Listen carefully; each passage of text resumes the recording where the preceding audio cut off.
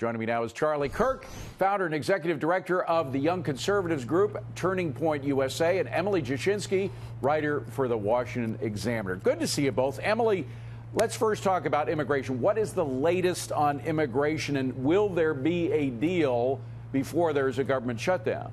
Right, that's the question. And now it's important to point out the deadline for DACA that President Trump set is not until March. And so if a deal doesn't happen by the end of this week, it's still very possible that in the next couple of months, we'll come back to the negotiating table and Congress will figure something out.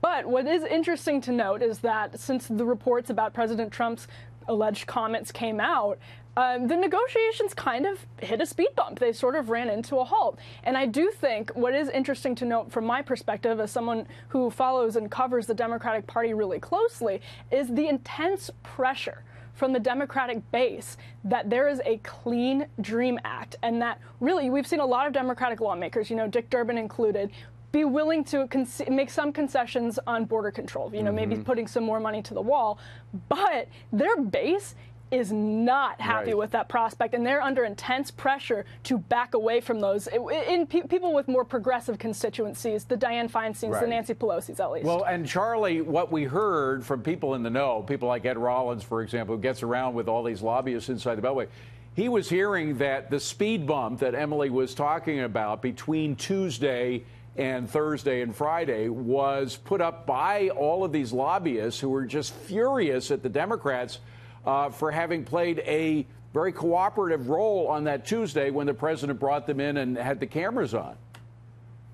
Yeah, they don't want any form of, working with the president at all. But I will say to, the president and the base, be very careful working with the Democrats right now. These are the very same Democrats who say they're negotiating in good faith, yet they're leaking private comments, alleged private comments from the meeting. And look what's happening here with the prospect of the government shutdown over the DACA deal. The Democrat Party's outward position is now they are going to advocate for 800,000 non-citizens over the U.S. military. Think about that. Think for a major American political party to put 800,000 non-American citizens more important than keeping the government open, more important than making sure the military is funded. And finally, the Democrats do not want to solve this issue. They want this to be a perpetual political issue so that we can have another DACA debate in 10 years. If we had a wall, this would not have been a problem, and they do not want to fund it. And Emily, I think their timeline is a little shorter than 10 years. I think they're thinking towards November. When there's a midterm elections, and if they have an agreement with the president, if they get along with the president and some kind of deal, they're going to make him look like he's more cooperative than they want to, because they want to put him out as somebody who's evil, who's disturbed, who's dangerous for the country, and that's how they're going to run their 2018 election. I think that's a fair point, and where that's really interesting to look at is that, yes, I do think that there's some in the Democratic Party who want to use this as an issue to paint President Trump as immoral and racist and whatever, but what's so interesting is that Democrats are competing in some states. You look at Missouri, you look at Wisconsin, you look at all of these states, Trump-friendly states, where they're holding on to especially some key Senate seats. There's some incumbents up who would really benefit from a bipartisan deal. So some Democrats do have the will to do this, but what is helpful for Dianne Feinstein is not helpful for Claire McCaskill. And so Democrats are in a really difficult position on this. They are. Because Charlie, they've enabled their base. The one thing, though, that they're confident about is if there's a government shutdown, they're confident that they can put it all on the Republicans. Are they right?